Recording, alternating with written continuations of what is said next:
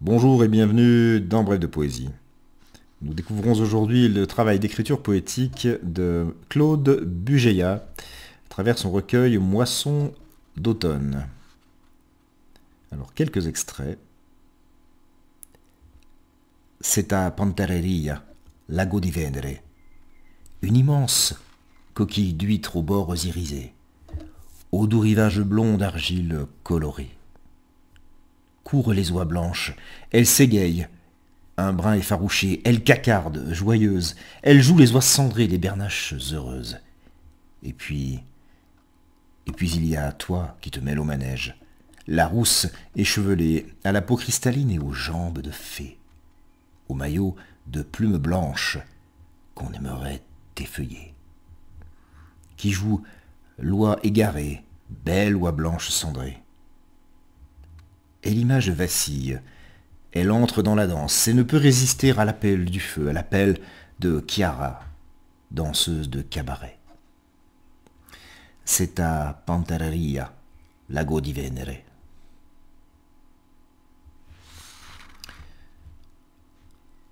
Douceur du soir. C'est l'heure exquise où le soleil déclinant inonde tes façades, Banyuls, de biais, du jaune paille au mordoré, de tous les ocres au rouge foncé. Nous voici entourés d'un nuancier infini au spectacle de l'été finissant. Et tes couleurs chaleureuses diffusent leur douceur. Les fers forgés font des rondes au balcon, où les hommes s'accoudent en regardant la mer. Et c'est un recueil, je précise, un recueil de voyages, d'île en île et de ville en ville, suivant le parcours et le cœur de l'auteur. Donc Marseille. Et je reviens vers toi, par-delà les voyages, Marseille, mon port d'attache, couronné de tes crêtes aveuglantes, comme pour te protéger, Marseille, foisonnante de vie, accueillante et repoussante à la fois, surprenante dans ses recoins cachés, qui ne se livrent qu'à moitié aux visiteurs, odorante par tes parfums d'iodes, d'épices et de pinèdes mélangées, éblouissante au soleil de juillet, étourdissante ville, trépidante et claironnante à souhait, chantante dans son phrasé. Le vent chasse tes miasmes, le soleil sèche tes larmes.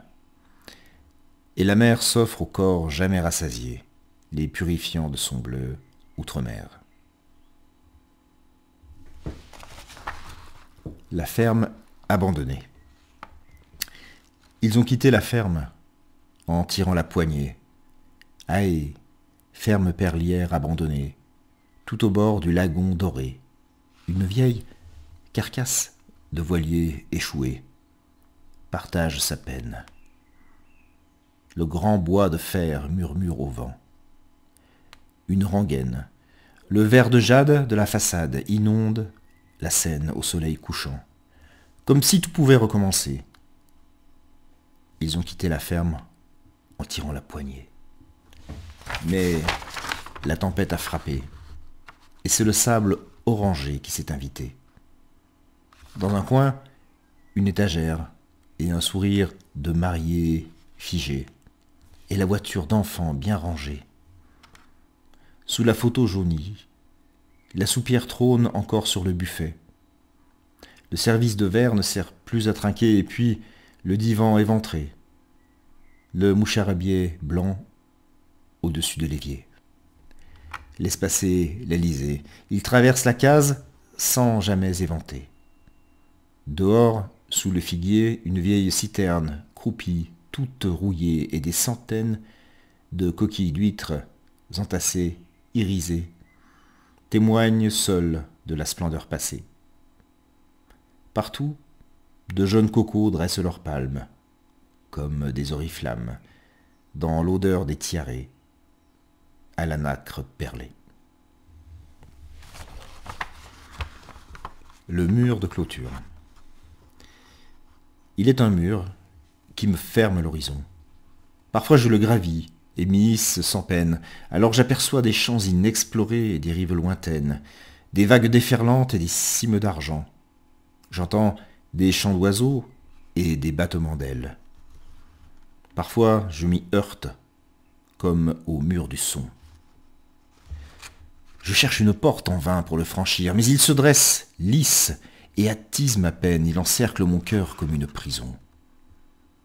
Pourtant, au pied du mur, j'entends comme une voix qui appelle parfois, qui gronde et qui larmoie d'une âme tourmentée, égarée dans la brume et qui s'ouvre en silence. Alors je reprends ma montée au créneau, guettant l'aspérité et cherchant des appuis.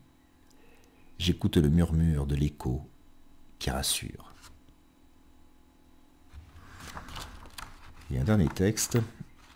10 ans déjà. Je t'aime. Pour les champs de coraux bleus, les graines disséminées par les courants marins, et la fleur expliquée au détour d'un chemin. Pour ton corps qui jaillit des profondeurs marines, après une longue attente, ton bras brandissant l'or et l'argent ruisselant. Je t'aime pour tous les horizons que nous avons vécus, pour l'écume des jours sans cesse renouvelés, pour Endo et son dernier rayon qui se pose sur l'eau. Je t'aime pour tout ce qu'on ne s'est pas dit, pour ton pas qui revient au soir de notre vie, pour ta voix chaleureuse, ton corps abandonné au sommeil de la nuit, pour tes mains si puissantes et si fines. Je t'aime pour ta vie. Ne laissons pas le temps manger à notre table.